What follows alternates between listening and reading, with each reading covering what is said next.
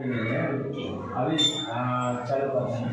चलो बच्चों, आज हम लोग पढ़ते हैं कहानी। सफलता की कहानी कैसे हम लोग पढ़ते हैं, कैसे लोग सफल होते हैं, कैसे लोग एक दूसरे पर पहले के समय में जब राजा आक्रमण करते थे तो कैसे सफल होते थे, उनका उद्देश्य क्या था और सफलता का कारण क्या था, आज इसी के बारे में हम चर्चा करेंगे। सबसे बड़ी बात, सिकंदर महान राजा का नाम सुना है आप लोगों ने? सिकंदर महान, सिकंदर का नाम, महान सिकंदर उसको कहते भी हैं। क्या कहते हैं उसको?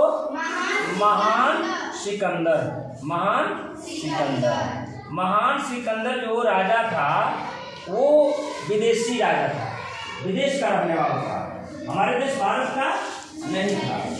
तो सिकंदर जब किसी देश पर आक्रमण करता था, यह जो राजा था, कौन राजा? सिकंदर। सिकंदर जो राजा था जब किसी देश पर आक्रमण करता था, किसी देश पर आक्रमण करता था तो करता क्या था कि उसके साथ हाथी, घोड़ा, घुड़सवार वाले, हाथी वाले, तोप वाले, ये उसके साथ सेना में रहते थे।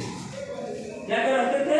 हाथी, घोड़ा, तोप वाले, हाँ, हाथी वाले, घोड़ा वाले और तोप वाले उसके साथ सेना में रहते थे। इसके बाद जब दूसरे देश में पहुंच जाता था, अपने नाव के माध्यम से एक देश से दूसरे देश में जाने के बीच में हमेशा कहीं ना कहीं समुद्र है, कहीं ना कहीं नदियां हैं जो दूसरे देश को बंटवारा करती हैं या दूसरे राज्यों का बंटवारा करती हैं। कि इन्हीं दो राज्यों के बीच में देख लेना नदी जरूर होगी, दो जिलों के बीच में देख लेना नदी जरूर होगी, दो देशों के बीच में देख लेना नदियां या समुद्र जरूर होंगे, बंटवारा नहीं। तो होता क्या था कि जब सिकंदर के सभी सैनिक अपने नाव से उस पार उतर जाते थे, यानी जिस देश में हमला करना होता था, जिस देश में हमला करना होता था, तो जब उस पार उतर जाते थे वो लोग, तो सिकंदर क्या करता था जानते हो? सिकंदर करता क्या था कि जो नाव थी, जो भी नाव लेकर आती थी, जिस जहाज से वो आता था, नाव वाले जहाज से लेकर आता था, उसको तोप से उड़ा देता था। क्या करता था? तोप से उड़ा देता था, तोप से उड़ा देता था, इसको खत्म कर देता था। और जब खत्म कर देता था तो जो सैनिक हमारे नहीं, किसी देश में जब सैनिक जिस देश में हमला करना होता था वहाँ उस देश में आ जाते थे, जिस देश में हमला करना होता था उस देश में सैनिक वो आ जाते थे और इधर अपनी जहाज को नाव से, जो भी जहाज थी उसको तोप से क्या कर देता था। तो अब सैनिकों को अब ये निश्चित हो जाता था कि अब हमको यहाँ से बच के नहीं जाना है, हमको यहाँ वापस लौटना नहीं है। तो इसलिए सैनिकों में एक आत्मविश्वास हो जाता था कि हमें अब यहाँ जीत के ही जाना है। सैनिकों में क्या लगता था?